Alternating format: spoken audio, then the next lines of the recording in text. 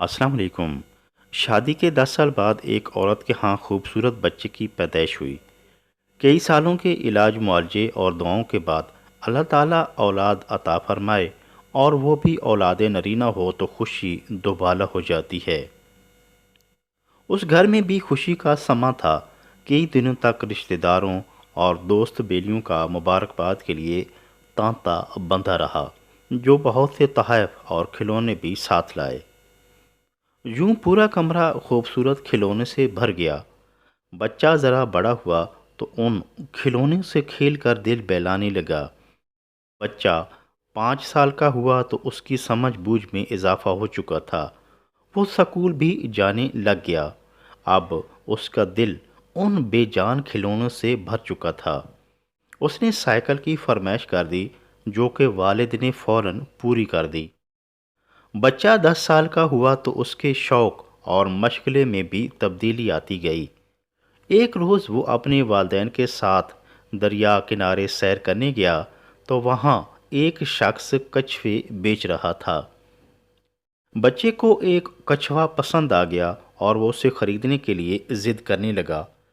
ماں باپ نے اسے بہت سمجھایا، مگر بچہ بھی اپنی بات پر قائم رہا۔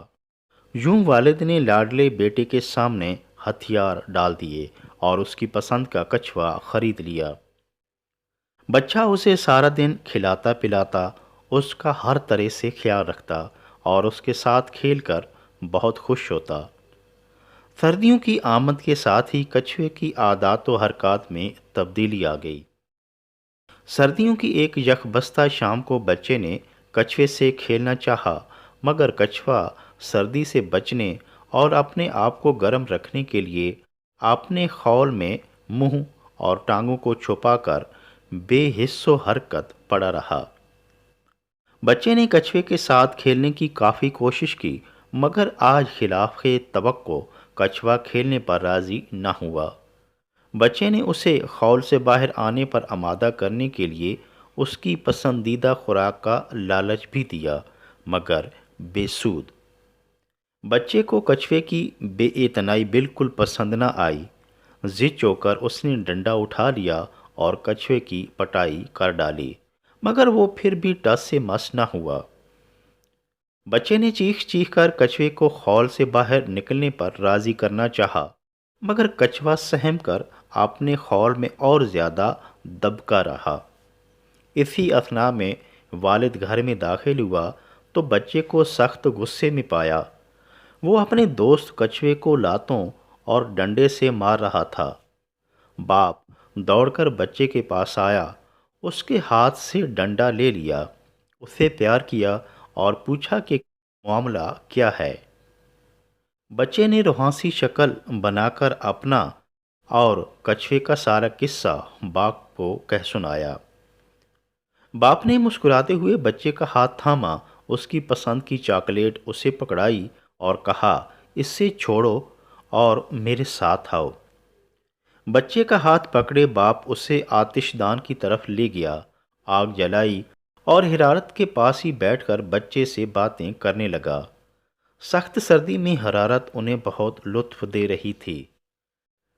کچھوے تک تپش پہنچی تو اس نے خول سے تھوڑا سا منہ باہر نکالا اور آہستگی سے رینگتا ہوا حرارت لینے کے لیے آتش دان کے پاس آ گیا۔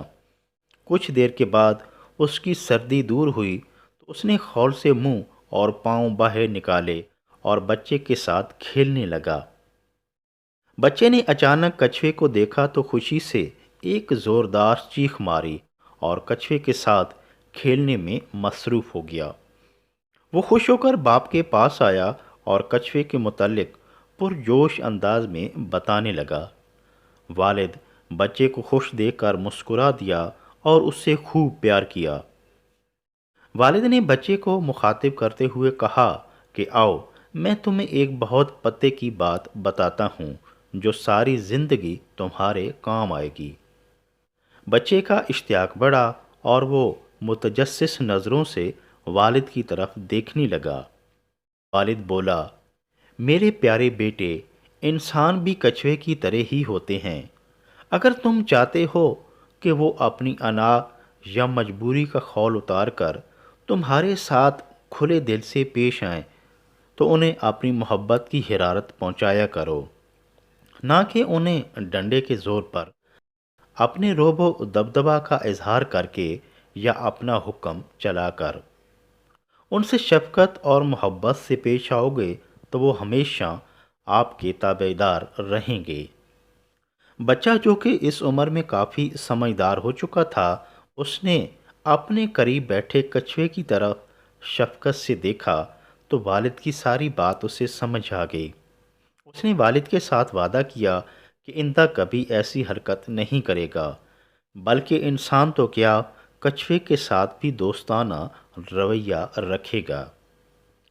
انسان کو یہ بات اچھی طرح ذہن نشین کر لینی چاہیے کہ لوگوں کو اپنی محبت کی حدت اور اپنے جذبات کی گرمی پہنچا کر انہیں اپنا گرویدہ بنایا جا سکتا ہے۔